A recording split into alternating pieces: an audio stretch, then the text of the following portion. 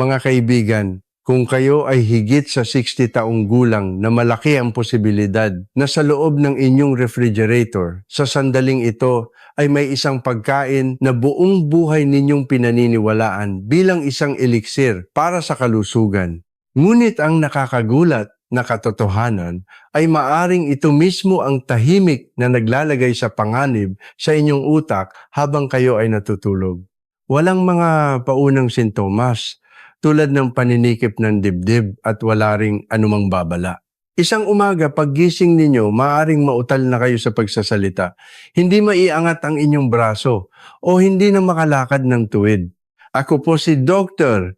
Victor Pascual, isang doktor na mahigit 30 taon nang nangangalaga sa kalusugan ng puso at mga ugat sa Pilipinas at Amerika. Sa aking karera, napakarami ko nang nakitang ganitong mga pasyente.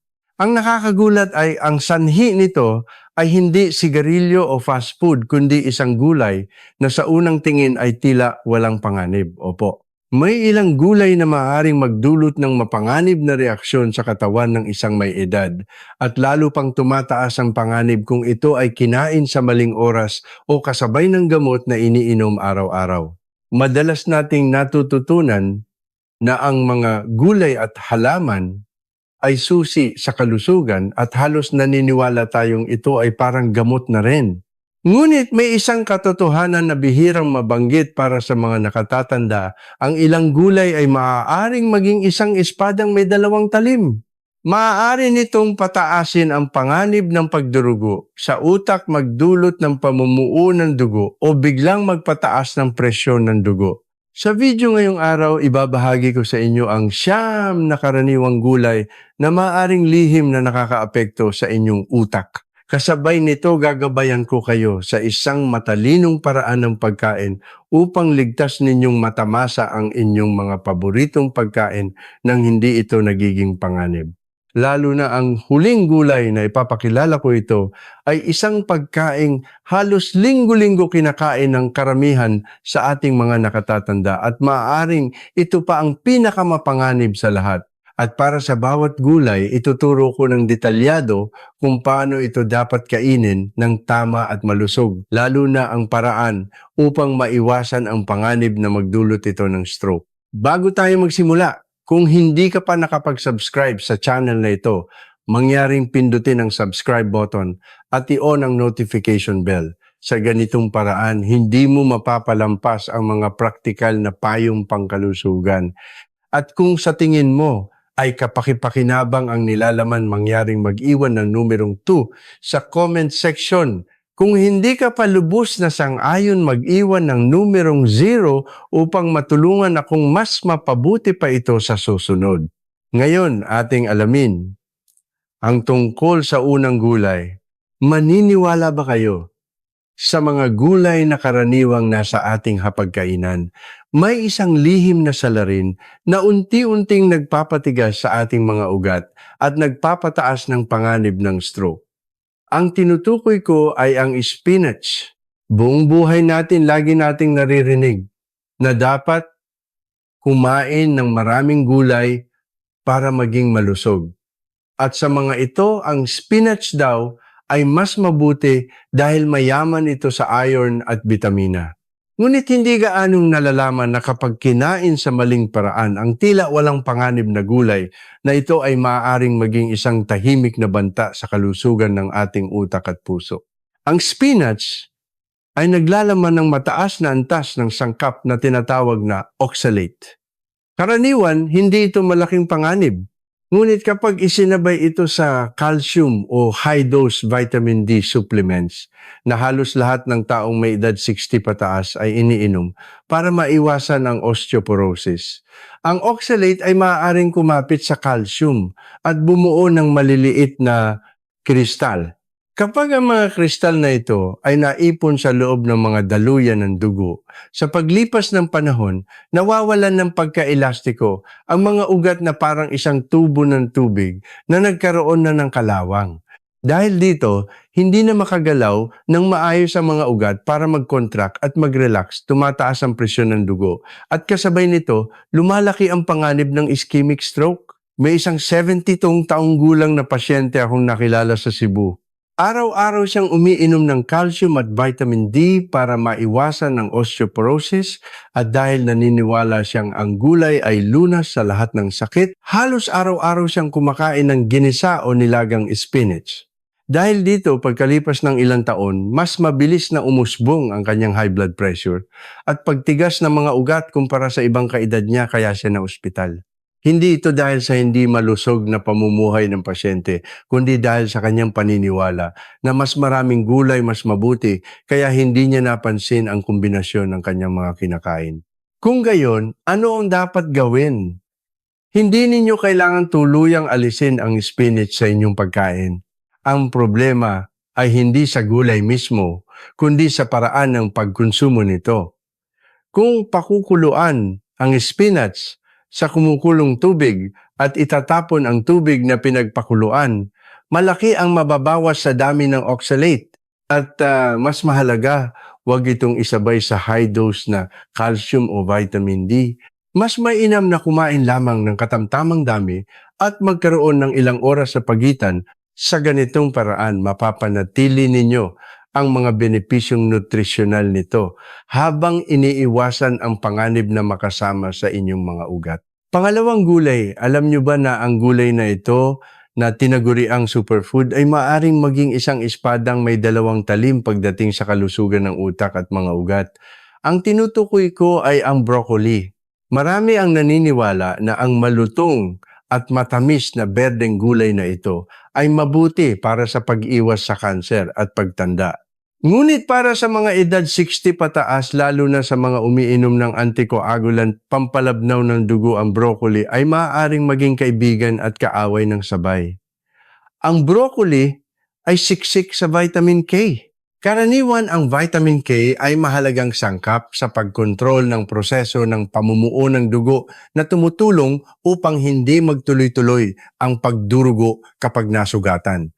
Ngunit kung umiinom kayo ng anticoagulant tulad ng warfarin ng vitamin K, ay nagiging isang napakasensitibong salik. Kung masyadong maraming broccoli ang kakainin, maaaring lumapot ang dugo na nagpapadali sa pagbuo ng blood clots at nagpapataas ng panganib ng stroke. Sa kabilang banda, kung bigla namang ititigil ang pagkain ng broccoli, maaaring maging sobrang labnaw ng dugo na posibleng mauwi sa internal bleeding o pagdurugo sa utak. Naaalala ko ang isang 68 taong gulang na pasyente mula sa Davao. Pagkatapos niyang sumailalim sa heart stent procedure, araw-araw siyang umiinom ng pampalabnaw ng dugo, ngunit hindi regular ang kanyang pagkain. May mga linggong 3 o 4 na beses siyang kumakain ng broccoli at may mga linggo namang hindi talaga. Dahil dito ang kanyang blood coagulation level INR ay pabago-bago. Minsan sobrang taas, minsan sobrang baba. Minsan bumagsak ng husto ang kanyang blood levels na halos kailangan na siyang isugod sa emergency room. Hindi ito dahil sa problema sa gamot, kundi dahil sa kanyang hindi regular na paraan ng pagkain. Ang solusyon ay napakasimple lamang. Hindi kailangan ipagbawal ang broccoli at hindi rin kailangan kumain ng sobra-sobra. Ang pinakamahalaga ay ang pagpapanatili ng katatagan. Kung kumakain kayo ng broccoli 2 o 3 beses sa isang linggo, dapat ninyong panatilihin ang pattern na iyon at iwasan ng pabago-bagong dami. At huwag kalimutan anumang pagbabago sa inyong dieta. Lalo na kung umiinom ng anticoagulant, ay dapat laging ikonsulta sa inyong doktor. Ang pangatlong gulay ay isang sangkap sa salad, ang lettuce o lechugas. Lagi nating iniisip na ang salad na may lechugas ay magaan sa tiyan at mabuti para sa puso. Ngunit mahirap paniwalaan na ang salad na kinakain sa gabi ay maaring maging sanhi ng paglapot ng dugo habang kayo ay natutulog. Subalit ito ay isang bagay na madalas mangyari. Ang romaine lettuce, dahil sa kanyang malutong at malamig na lasa, ay paborito ng marami sa salad. Iniisip nilang kung ito ang ipapalit sa kanin, makakatulong ito sa mahimbing na tulog, pagbaba ng timbang at kalusugan ng mga ugat. Ngunit ang hindi gaanong alam ng marami ay meron itong banayad na diuretic effect. Lalo na kung kakainin sa gabi bago matulog, mas maraming likido ang ilalabas ng katawan. Dahil dito madaling magkulang sa tubig ang katawan habang natutulog. Kapag kulang sa tubig, lumalapot ang dugo at nahihirapang dumaloy sa mga ugat na lumilikha ng isang kapaligiran kung saan madaling mabuo ang blood clots. Meron akong isang pasyente, isang 72, taong gulang na nakatatanda, na mag-isang naninirahan, kaya't ang kanyang hapunan ay laging isang simpleng plato ng salad na may letsugas. Naniniwala siyang ang paraang ito ay simple at malusog. Ngunit sa paglipas ng panahon, dumalas ang kanyang pag-ihi sa gabi at paggising sa umaga, nakakaramdam siya ng pagkahilo at kabigatan ng katawan. Sa pagsusuri, lumabas na mataas ang lapot ng kanyang dugo at nahaharap siya sa panganib ng stroke. Ang nakakagulat ay hindi siya naninigarilyo o malakas uminom ng alak. Ang sanhi ay nagmula sa tila simpleng ugali na yon. Kaya ano ang dapat gawin? Hindi kailangang tuluyang alisin ang letsugas. Ang problema ay nasa oras ng pagkain. Kung kakainin ito sa tanghalian o maagang hapunan, may sapat na oras ang katawan para i-metabolize ito at mag-rehydrate, kaya't hindi ito nakakasama. Ngunit dapat iwasan ang pagkain ito bilang pamalit sa kanin sa gabi, lalo na kung sasabayan pa ng ilang baso ng alak bago matulog dahil mas lalo itong nagiging mapanganib. Ang gusto kong bigyan diin ay ito ang pinaniniwalaan nating mabuti sa kalusugan ay maaring tama lamang sa ilalim ng mga partikular na sitwasyon. Ang pagkain ng letsuga sa tamang oras ay nagpapagaan ng katawan at nagpapadaloy ng dugo. Ngunit kung kakainin sa maling oras ito, ay maaaring maging isang kasabwat sa pag-atake ng stroke habang kayo ay natutulog.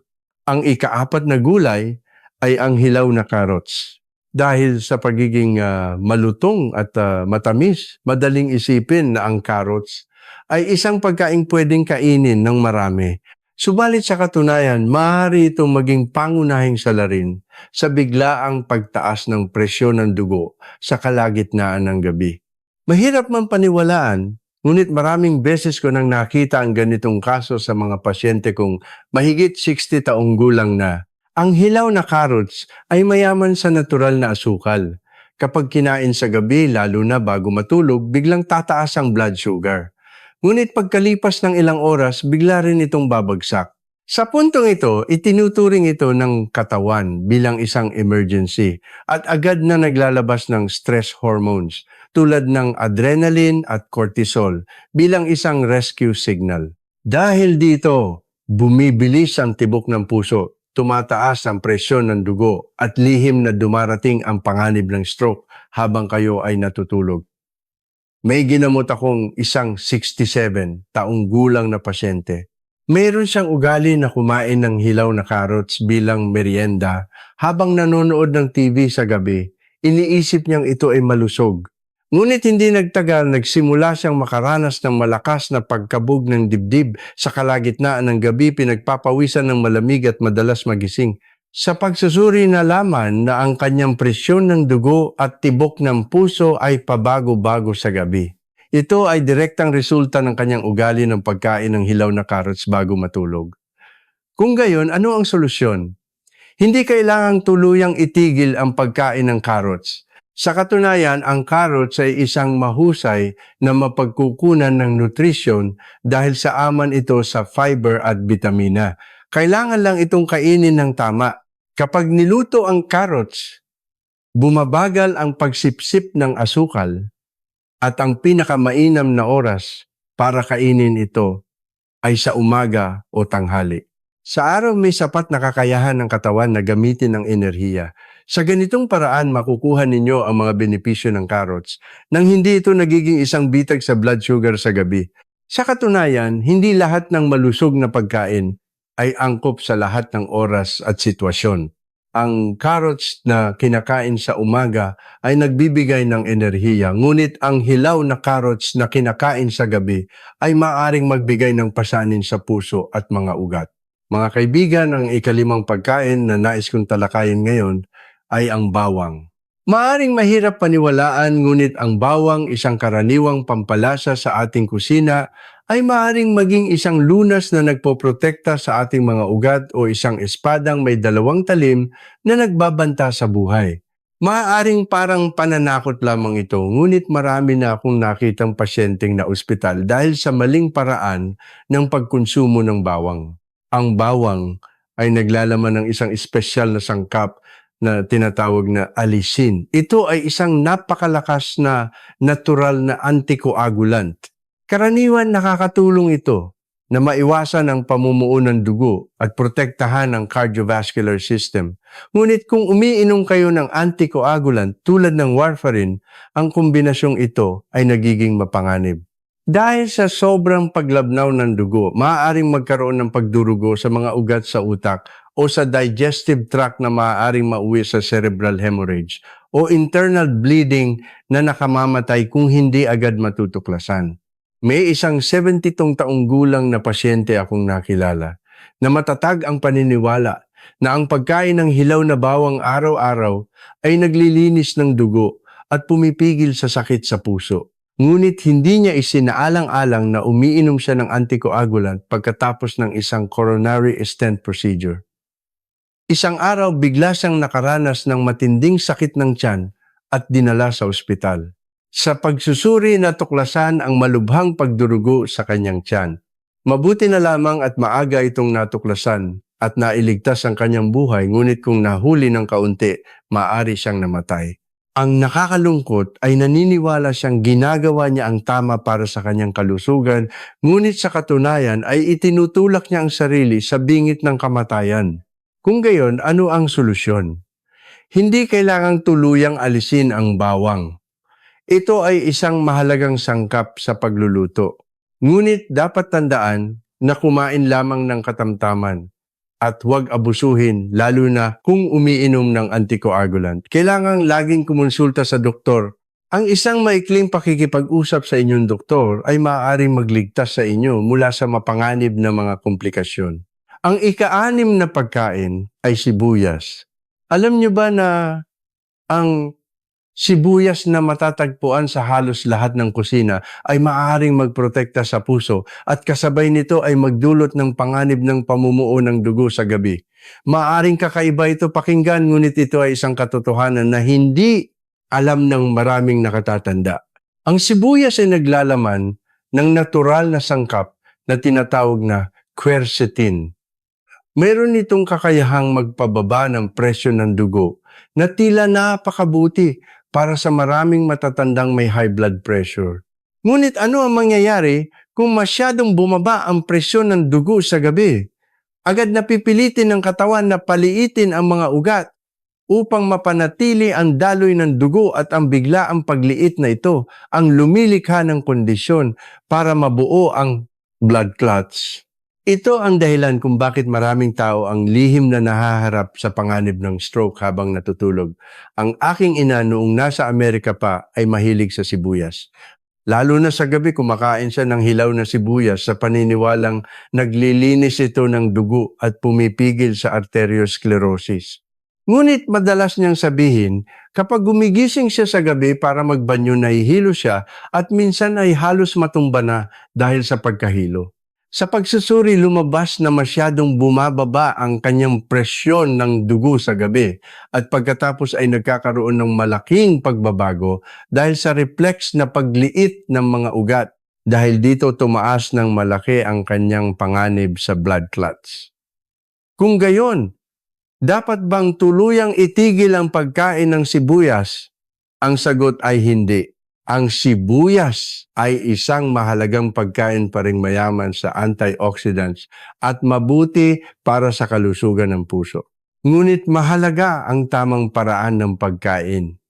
Mas mainam na kainin ito sa tanghali o hapon kung kailan aktibo pa ang katawan at iwasan ang pagkain ng marami sa gabi. Lalo na kung mayroon ng sakit sa puso o umiinom ng gamot para sa presyon. Ngayon dumako tayo sa ika-7 gulay. Mahuhulaan niyo ba kung ano ito? Ito ay ang mais.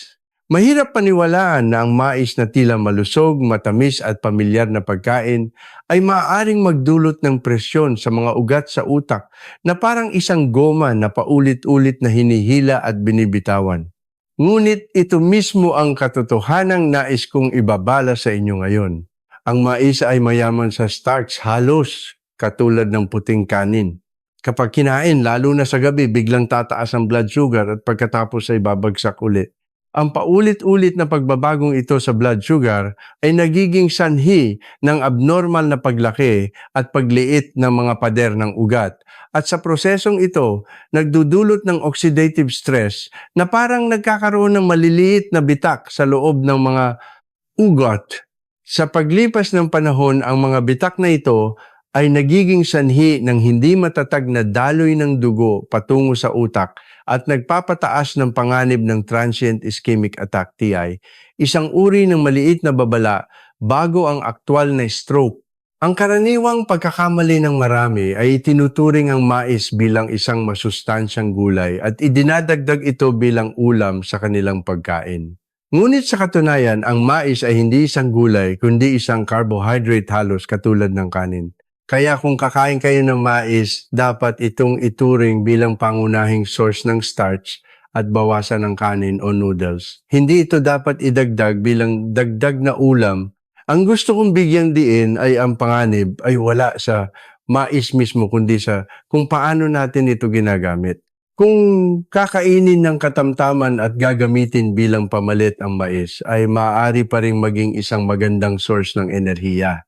Ngunit kung iisipin itong isang diet na gulay at kakainin nang walang limitasyon, hindi ninyo namamalayan na pinagbabayaran na ng inyong mga ugat ang halaga. Ngayon, ano naman ang ikawalong gulay na sasabihin ko? Narinig nyo na ba? Tinatawag nilang hari ng mga gulay ang asparagus, hindi lang dahil masarap at mukhang elegante, kundi dahil mabuti raw ito sa kalusugan ng puso. Ito ay totoo, ngunit kalahati lang ng katotohanan. Dahil sa totoo lang, kung kakainin ng asparagus sa maling oras, maaari itong maging isang katulong sa pagbabara ng mga ugat sa utak sa kalagitnaan ng gabi. Maaaring kakaiba pakinggan, ngunit marami na akong nakitang ganitong kaso sa mga matatandang pasyente. Ang asparagus ay may diuretic effect. Ibig sabihin, kung kakainin sa gabi, madalas kayong maiihi, sa bawat pagpunta sa banyo, nawawalan ng tubig ang katawan. At kapag nagkulang sa tubig sa gabi, lumalapot ang dugo at bumabagal ang daloy nito. Ito ang eksaktong kondisyon para mabuo ang blood clots. Kung ang clot na iyon ay umabot sa utak, sa isang iglap lang maaari itong magdulot ng paralysis o stroke. Kung gabi-gabing kumakain ng maraming asparagus, kailangan ninyong gumising ng 3 o 4 na beses para magbanyo at sa umaga makakaramdam kayo ng pagkahilo at pagod. Ito ay kasabay pa ng oras kung kailan pinakamadalas mangyari ang stroke. Hindi ito nangangahulugan na dapat ninyong tuluyang itigil ang pagkain ng asparagus. Sa katunayan, ang asparagus ay isang mahusay na gulay na mayaman sa nutrisyon at napakabuti sa kalusugan kung kakainin ng tama. Ang susi dito ay ang oras. Kainin ito sa umaga o tanghali at uminom ng sapat na tubig upang mapunan ang nawalang likido. Sa ganitong paraan, makukuha ninyo ang mga benepisyo ng asparagus habang iniiwasan ang panganib. Nakita nyo kahit ang isang mahalagang gulay tulad ng asparagus ay maaaring maging isang espadang may 2 talim kung kakainin sa maling paraan. At ngayon, dadalhin ko kayo sa huling gulay. Ito ay isang gulay na marahil ay kinakain sa halos lahat ng tahanang Pilipino ilang beses sa isang linggo. Ito ay ang kamatis. Ngunit ang hindi gaanong alam ng marami ay ang kamatis at ang mga kamag-anak nitong gulay ay maaaring magdulot ng isang mapanganib na reaksyon na maaaring mapagkamalang sintomas ng stroke. Hindi ba kayo nagtataka? Oo. Halos lahat ng refrigerator sa Pilipinas ay may lamang kamatis. Sa umaga, isang baso ng tomato juice, sa tanghalian salad, at sa gabi, ilang hiwa ng kamatis sa sinigang o sa inihaw na karne. Ang kamatis, talong, sili at patatas na kabilang sa pamilyang nightshade ay matagal nang itinuturing ng mga kaibigan sa kalusugan. Ngunit ang gusto kong sabihin sa inyo ng tapat ngayon ay kahit na ang mga pamilyar na gulay na ito, kung kakainin ng mali, ay maaaring ilagay ang katawan sa isang estado na halos kapareho ng stroke. Nakakagulat pakinggan, ngunit ito ay isang katotohanan na ilang beses ko nang naranasan sa aking klinika. Ang kamatis at iba pang nightshade na gulay ay naglalaman ng mga natural na sangkap tulad ng histamine, tyramine at solanin. Para sa mga bata-bata pa, hindi ito malaking problema.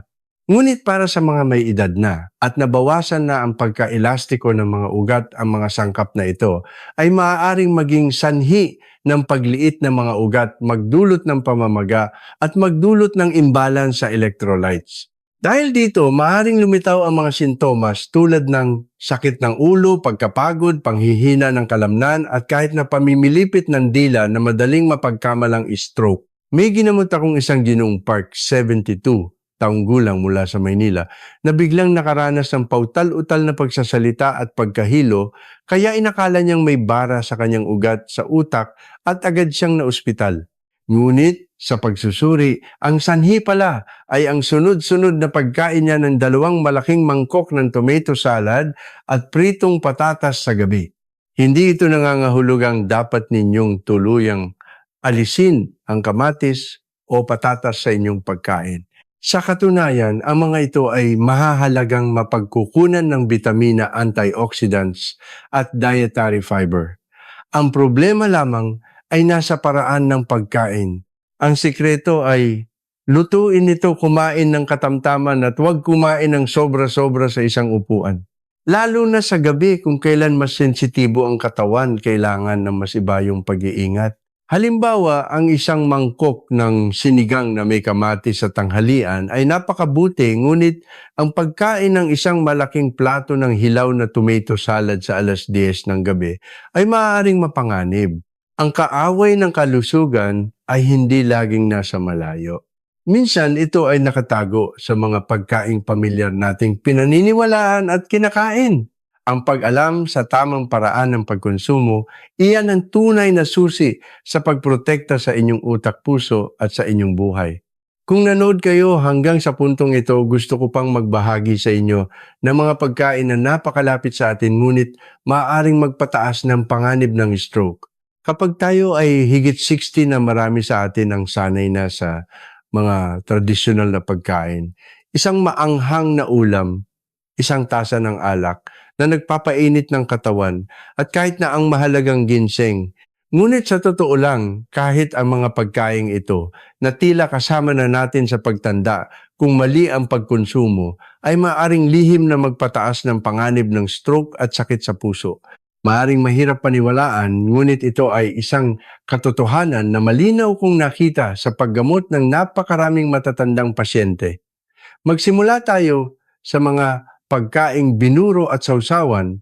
Mga kaibigan, kapag sinabing pagkaing Pilipino, isa sa unang naiisip ay ang mga maaalat na sausawan tulad ng bagoong at patis. Ito ay simbolo na laging nasa hapagkainan ng bawat pamilya.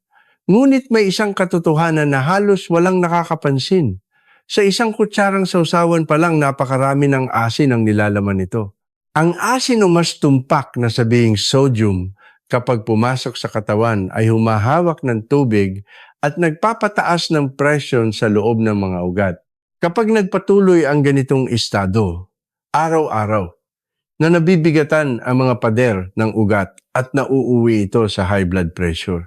At ang high blood pressure ang pinakakilalang tahimik na salarin ng stroke at sakit sa puso sa mga nakatatanda. Sinasabi sa ilang pag-aaral na ang mga pagkaing fermented ay maaaring maging mabuti sa kalusugan dahil sa mga probiotic at antioxidants mula sa mga gulay. Ito ay totoo. Ngunit ang benepisyong ito ay maaaring matabunan ng sobrang dami ng asin. May isang ginituang panuntunan na paulit-ulit na binibigyang diin ng mga cardiologists sa buong mundo, bawasan ang dami ng asin na kinukonsumo araw-araw. Sa pagbabawas lamang ng kalahati ng asin, malinaw na bumababa ang panganib ng high blood pressure at sakit sa mga ugat sa utak. Hindi ito nangangahulugan na dapat ninyong tuluyang talikuran ang mga paborito ninyong sausawan. Alam kong ang mga ito ay hindi lang pagkain, kundi bahagi na ng ating kultura at mga alaala. Ang problema ay nasa kung paano natin ito kinakain. Pumili ng mga bersyon na mababa sa sodium o bawasan lang ang dami ng kinakain at sabayan ng sariwang gulay o prutas para maging balanse. Ang isang pagkain na hindi gaanong maalat ay hindi nangangahulugang mawawala na ang sarap. Sa halip ito ay isang mahalagang regalo para sa inyong puso, mga ugat at sa mahabang buhay. Sunod sa mga pagkaing napakakaraniwan, ngunit maaaring magpataas ng panganib ng stroke ay ang ginseng. Mula noon hanggang ngayon, ang ginseng ay itinuturing na isang kayamanan mula sa kalikasan para sa marami at isang mahalagang regalo para sa kalusugan. Sa mga lumang kwento at maging sa pang-araw-araw na buhay, ang ginseng ay pinaniniwalaan bilang isang mahiwagang gamot na nagpapalakas ng katawan, nag-aalis ng pagod, nagpapabuti ng memorya at nagpapahaba pa ng buhay. Hanggang ngayon, maraming nakatatanda ang umiinom ng ginseng tea o ngumunguya ng pinatuyong hiwa nito upang mapanatili ang kalusugan at linaw ng isip. Sa katunayan, ang ginseng ay naglalaman ng maraming bioactive compounds na nagpapabuti ng sirkulasyon ng dugo, nagpapalakas ng immune system at nagpapabawas ng stress. Ngunit sa likod ng mga benepisyong ito, may isang hindi gaanong kilala, ngunit mapanganib na katotohanan. Ito ay ang ginseng ay maaaring magkaroon ng lihim, ngunit mapanganib na interaksyon sa mga gamot, lalo na sa mga anticoagulant.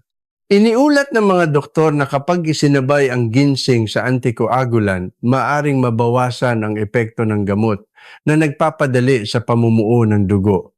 Ibig sabihin ng mga taong nagkaroon na ng atake sa puso, may coronary stent o may panganib ng stroke na umiinom ng anticoagulant at nagdagdag pa ng ginseng sa kanilang sarili, ay mas lalong tumataas ang posibilidad na magkaroon ng blood clots. Sa katunayan, may nakilala akong isang nakatatanda na regular na umiinom ng anticoagulant pagkatapos ng heart surgery. Dahil sa payo ng mga kaibigan, naniwala siyang gagaling siya kung iinom ng ginseng, kaya araw-araw siyang umiinom nito. Dahil dito, naging abnormal ang pagbabago ng kanyang blood coagulation levels at hindi niya namamalayan na pinalalaki niya ang panganib ng malubhang komplikasyon. Hindi ito nangangahulugan na dapat tuluyang iwasan ang ginseng. Ang mahalaga ay ang tamang paraan ng pagkonsumo. Kung ginagamot kayo para sa sakit sa puso o umiinom ng anticoagulant, mahalagang kumonsulta muna sa doktor bago ito gamitin. Ang ginseng ay maaring maging isang mahalagang regalo, ngunit maipapakita lamang nito ang tunay na bisa kung gagamitin sa tamang tao, sa tamang dosis at sa tamang oras. Sa ganitong paraan, mapoprotektahan ninyo ang inyong kalusugan habang lubos na natatamasa ang halaga ng tradisyonal na halamang gamot na ito. Dumako tayo sa ikatlong pagkain. Mga kaibigan, kung ang maalat na sausawan ay kaluluwa ng hapagkain ng Pilipino, ang iba't ibang uri ng fermented na pampalasa tulad ng bagoong at patis ay ang kaluluwa naman ng lasa. Isipin ninyo ang isang hapunan na walang sausawan o ang pagkain ng inihaw na walang maalat na pampalasa. Tiyak na matabang at walang lasa. Ngunit ang mga pamilyar na pampalasang ito na malapit sa ating buhay ay ang pinakamalaking pinagkukunan ng asin sa ating pang-araw-araw na pagkain nang hindi natin namamalayan. Ang problema ay ang dami ng asin sa ating mga tradisyonal na sausawan ay mas mataas kaysa sa kailangan ng ating katawan. Kapag ang asin ay pumasok sa dugo, pinapanatili nito ang tubig sa katawan, kaya't mas kailangang magtrabaho ng mabigat ang puso at tumataas ang presyon sa loob ng mga ugat. Kapag nagtagal ang ganitong estado, madaling masira ang mga pader ng ugat na hahantong sa high blood pressure at magbubukas ng daan para sa sakit sa utak o atake sa puso. Paulit-ulit ng binibigyang diin ng mga cardiologists kahit kaunting sobrang alat lang sa pagkain kumpara sa inirerekomenda ay kapansin-pansing nagpapataas ng panganib ng sakit sa puso at stroke. Ang magandang balita ay kaya nating kontrolin ito ng paunti-unti. Maraming pasyente ang nagsabi sa una na napakahirap kumain ng matabang ngunit pagkalipas lamang ng ilang linggo, nasanay ang kanilang panlasa at mas nasasarapan na sila sa simpleng lasa. Pumili ng mga sawsawan na mababa sa sodium o bawasan ng sabaw at pampalasa kapag gumagawa ng sarili ninyo. Magdagdag ng mga herbs, bawang o sili para sa lasa nang hindi na kailangang magdagdag ng maraming asin. Sa katunayan, sa pagbabawas lamang ng kalahati ng asin na kinukonsumo sa isang araw, malaki na ang ibababa ng panganib ng high blood pressure at stroke. Kaya't ang ugali ng pagkain na hindi gaanong maalat ay isang hindi nakikitang gamot na maibibigay ninyo sa inyong sarili sa bawat hapunan ng pamilya. Pang-apat, kapag naiisip ang beer o alak, maraming nasa middle age na kalalakihan ang agad na napapangiti. Itinuturing nila itong isang matalik na kaibigan pagkatapos kumain o sa mga pagtitipon kasama ang mga kaibigan. Isang tagay ng alak para sa kwentuhan. Isang baso ng beer para sa mahimbing na tulog. Sa unang pakinggan, tila hindi ito nakakasama at parang isang maliit na kasiyahan na lamang sa pagtanda. Ngunit ang katotohanan sa likod nito ay ibang-iba. Ang alak at beer, marami man o kaunti, ay direktang nakakaapekto sa utak at cardiovascular system. Kapag uminom, nagiging pabago-bago ang presyon ng dugo at hindi nagiging stable ang tibok ng puso.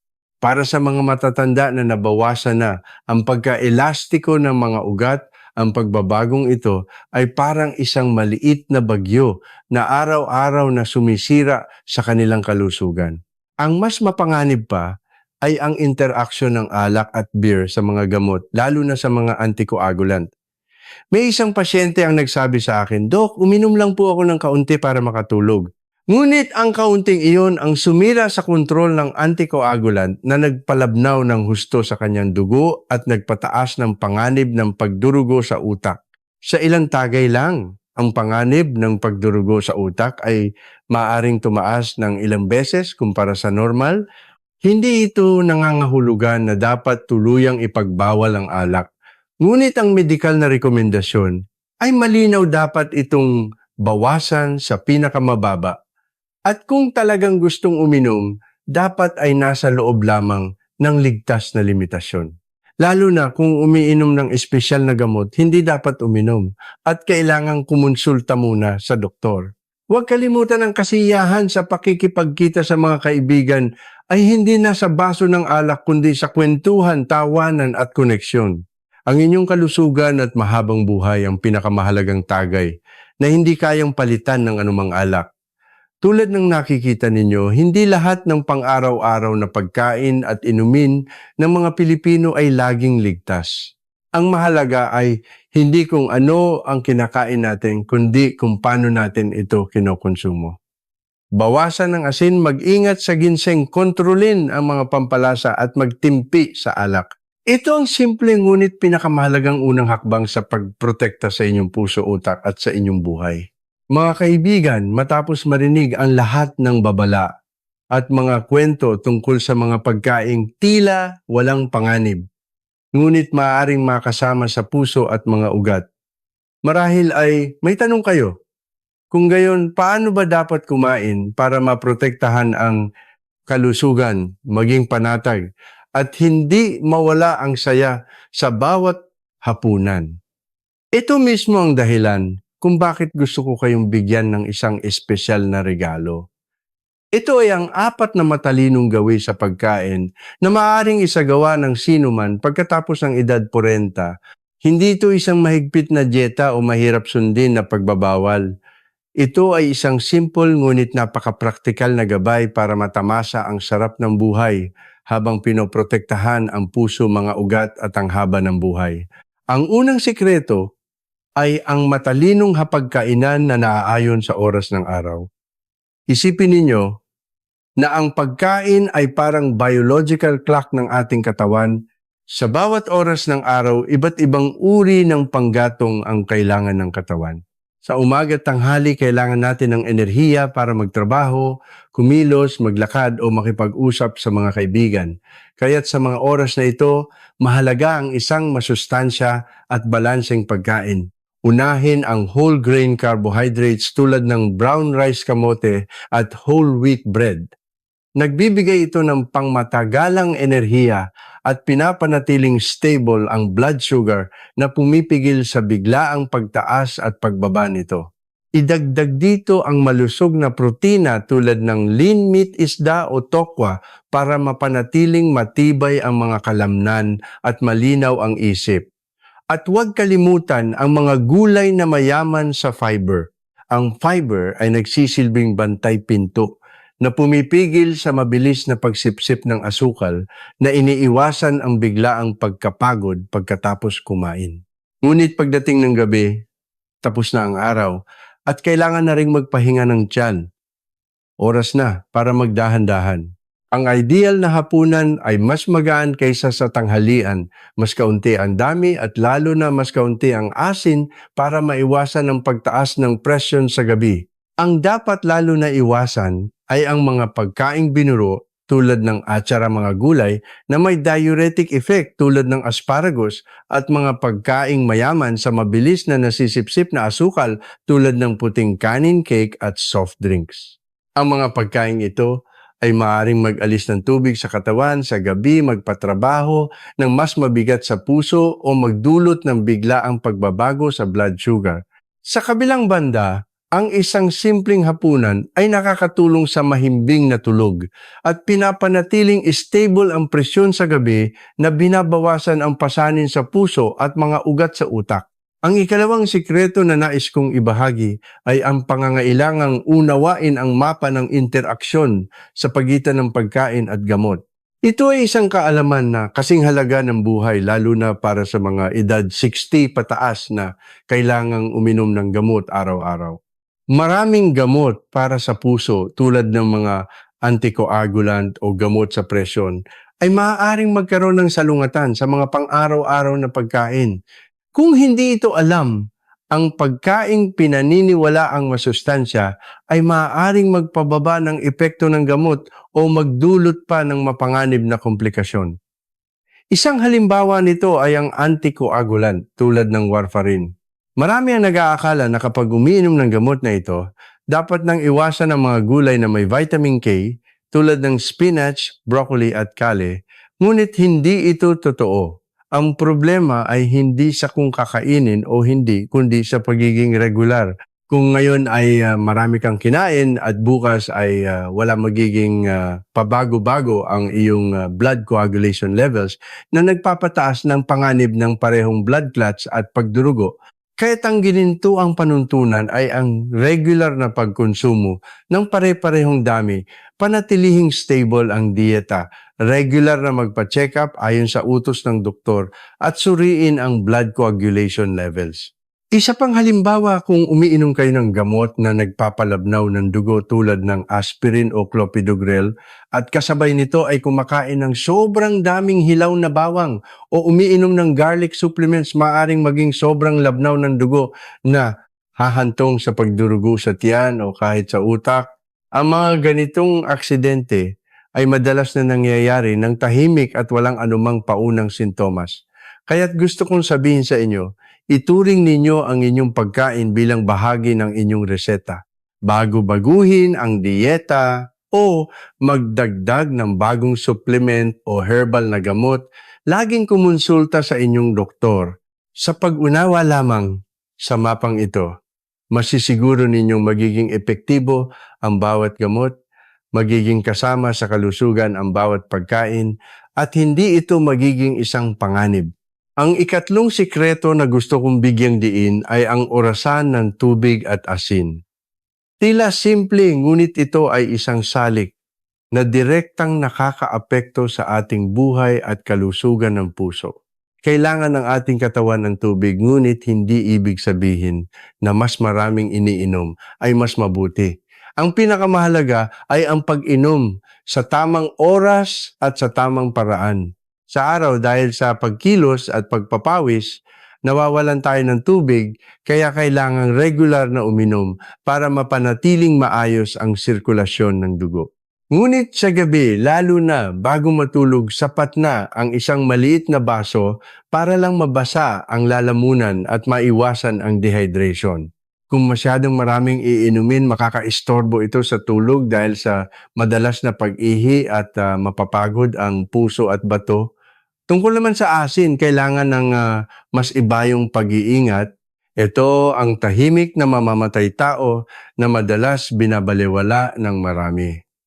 Sanay na tayo sa maalat na lasa ng bagoong patis at iba pang sausawan. Ngunit sa likod ng lasang iyon ay nakatago ang napakaraming asin. Kapag sobra ang asin, tumataas ang presyon ng dugo at ang mga pader ng ugat ay parang lobong sobrang napalaki na sa paglipas ng panahon ay nawawala ng pagkaelastiko, madaling masira at hahantong sa sakit sa utak. Sa isang malaking pag-aaral na kinasasangkutan ng daan-daang libong tao, napatunayan na sa pagbabawas lamang ng kalahati ng asin, sa isang araw bumababa ng 20,030% ang panganib ng high blood pressure at stroke. Ang magandang balita ay ang panlasa ng tao ay kayang mag-adjust. Kung magsisimula kayong kumain ng hindi gaanong maalat ngayon, pagkalipas ng ilang linggo, masasanay na ang inyong dila at masasarapan pa rin kayo kahit kaunti lang ang asin. Pumili ng low sodium na sausawan, bawasan ng sabaw at bawasan ng pampalasa. Tiyak na magpapasalamat ang inyong mga ugat at magiging mas malakas at malusog ang inyong puso. Mga kaibigan, ang huling sekreto at ang pinakamahalaga ay kayo mismo ang inyong unang doktor. Walang sinumang nakakakilala sa inyong katawan ng higit pa sa inyo at ang ugali ng patuloy na pag-oobserba ang susi sa maagang pagtuklas ng anumang problema bago pa ito lumala, magsimula sa pagkuha ng blood pressure. Kunin ang inyong presyon kahit 2 beses sa isang araw, paggising sa umaga at bago matulog sa gabi. Iwasang kumuha agad pagkatapos mag-ehersisyo o kumain. Umupo muna at magpahinga bago sukatin. Isang maliit na tip na hindi alam ng marami, pagkatapos kunin ang presyon habang nakaupo, tumayo at kunin ulit pagkalipas ng 1,003 minuto. Kung masyadong bigla ang pagbaba ng presyon, maaaring ito ay orthostatic hypotension. Isang mapanganib na kondisyon na maaaring magdulot ng pagkahilo, pagkahulog at kahit na stroke.